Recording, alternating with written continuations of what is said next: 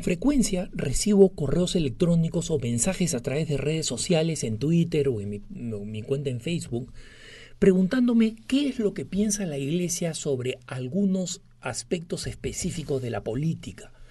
Algunos me preguntan, por ejemplo, qué piensa la Iglesia, cuál es la posición de la Iglesia en la crisis democrática en Honduras, donde, como saben ustedes, el presidente supuestamente ha sido reelegido, la oposición niega que haya sido elegido, o qué piensa del gobierno de Venezuela, o qué piensa, por ejemplo, de la liberación de los terroristas en el Perú, o la liberación en el lado opuesto del expresidente Alberto Fujimori. Me preguntan qué es lo que piensa el Papa o los obispos argentinos del gobierno de Macri, el actual presidente argentino, y así sucesivamente. Lo importante que tenemos que entender, hermanos, es que la Iglesia tiene una postura clara en lo que se refiere a la política con P mayúscula, es decir, la ciencia y el arte de gobernar a los pueblos, y luego deja a que los católicos utilicen la prudencia, el juicio prudencial, en la política con P minúscula, es decir, la política partidaria, las decisiones políticas de los distintos partidos. Y en eso es relativamente fácil guiarse de acuerdo a lo que dicen los obispos de cada país, ¿no? En Honduras, los obispos han pedido una solución pacífica a la crisis y, en consecuencia, no han tomado partido respecto de quién debería ser coronado o reconocido como presidente en Honduras.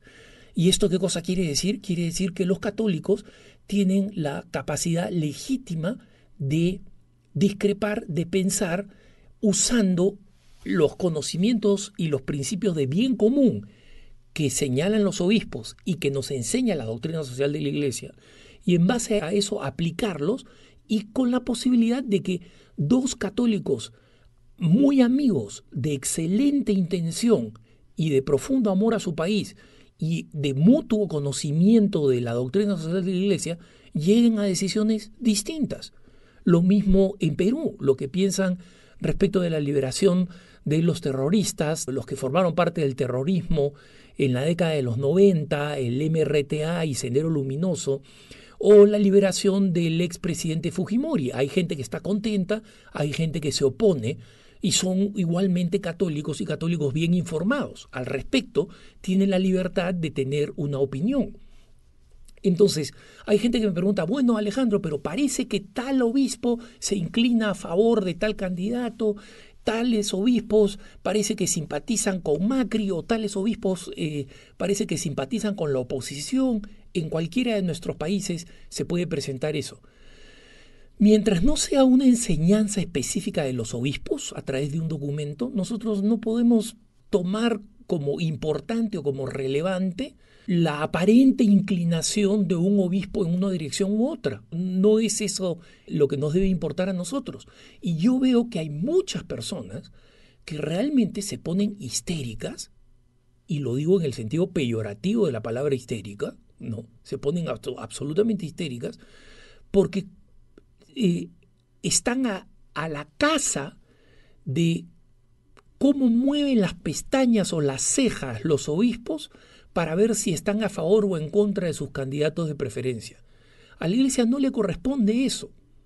Y a los obispos, como seres humanos y como ciudadanos, pueden tener opiniones propias. Y esas opiniones, de alguna manera, dejarlas traslucir en alguna de las cosas que dicen o hacen. ¿Qué es lo ideal? Que en aquellas cosas de política con P minúscula, los obispos sean integérrimos y no den ningún signo de favoritismo para no contribuir a la división del pueblo. Pero no siempre eso sucede. Y eso no debería ser la preocupación principal de las personas que están interesadas en la vida política de su propia nación. No es hacia dónde va la balanza, es qué cosa pienso yo honestamente y qué puedo hacer yo para formar parte del debate nacional y orientarlo en la dirección en que honestamente creo que tiene que ir. Entonces, en esto los católicos han discrepado, discrepan y van a discrepar en el futuro. Y el hecho de que los católicos discrepen no significa que la Iglesia toma una postura u otra. Muchas personas, por ejemplo, me escriben criticándome la postura que el Papa parece tomar respecto del actual presidente Macri, ¿no? De estar distanciado o de preferir a sus opositores, a personas que han estado en la cárcel por corrupción, etc. Estas son interpretaciones que quienes estamos afuera de la Argentina, para mencionar ahora el caso de Argentina, pero podríamos aplicarlo a cualquier país, no me interesa centrarme en el caso argentino. Como han dicho los obispos argentinos, el Papa es el Papa de todos los católicos, absolutamente de todos los católicos. Y quienes estamos en una determinada postura política, ideológica, tenemos un celo y una preocupación fundamental a favor de nuestro candidato de preferencia. Pero esa pasión nunca debería estar por encima de nuestra identidad católica. Quien pone la pasión política por encima de la identidad católica no merece la atención del resto de los católicos porque es un traidor. Ha traicionado a la Iglesia. Nuestra fe está por encima de cualquier cosa, de cualquier vínculo, de cualquier sangre, de cualquier contubernio político. Nuestra fe es lo que nos define, eso es lo que nos hace católicos. Aquel cuya fe no lo define, entonces no es una persona que está integrada plenamente a la vida de la Iglesia. Y en consecuencia está juzgando la realidad desde una perspectiva que no es la fe. Entonces el Papa ha hecho múltiples gestos, y esos gestos de distinta índole y de distinta forma pueden ser perfectamente partidos en pedazos y decir que el Papa tiene tal o cual favoritismo o tal o cual fobia. Y esa va a ser una interpretación política y no una interpretación eclesial con mirada de fe de la realidad. Lo vi, por ejemplo, cuando el presidente Donald Trump de los Estados Unidos, un presidente controversial, fue a visitar al Papa. La consecuencia de la visita del Papa al presidente Trump fue reportada de manera radicalmente opuesta dependiendo de cuál fuera la postura ideológica de los medios que estaban en Estados Unidos. Era absolutamente patético, ¿no? Diría que cómico si no fuera trágico. Pero para los periódicos y los canales de televisión y los medios de comunicación norteamericanos, el Papa y Trump habían tenido dos encuentros completamente distintos el uno de otro, a pesar de que hubo uno solo.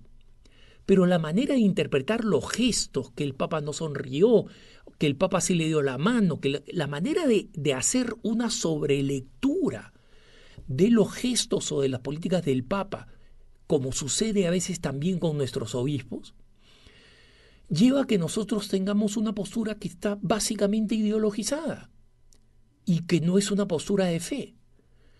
Yo insisto, me parece muy oportuno que los obispos argentinos hayan dicho y recordado a los católicos, no solamente de Argentina, que el Papa es el Papa de todos. Lo es, hermanos.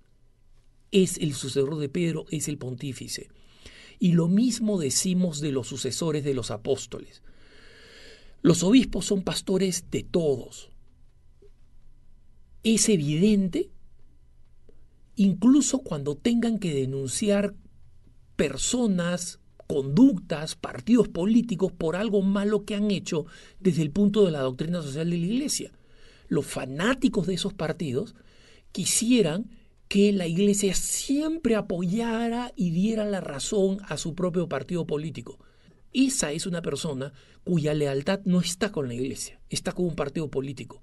Y los partidos políticos pasarán, la Iglesia no pasará. Así que quien está haciendo esa apuesta está haciendo una apuesta equivocada, errada, mala para su futuro y para su vida. Y esto es lo que tenemos que entender. Van a haber ámbitos muy amplios en los que la Iglesia no se va a pronunciar porque no le corresponde. Y quien quiera que la Iglesia se pronuncie sobre aspectos políticos con P minúscula, están tratando de supeditar a la Iglesia a sus propios gustos políticos. Eso no es el papel de la Iglesia.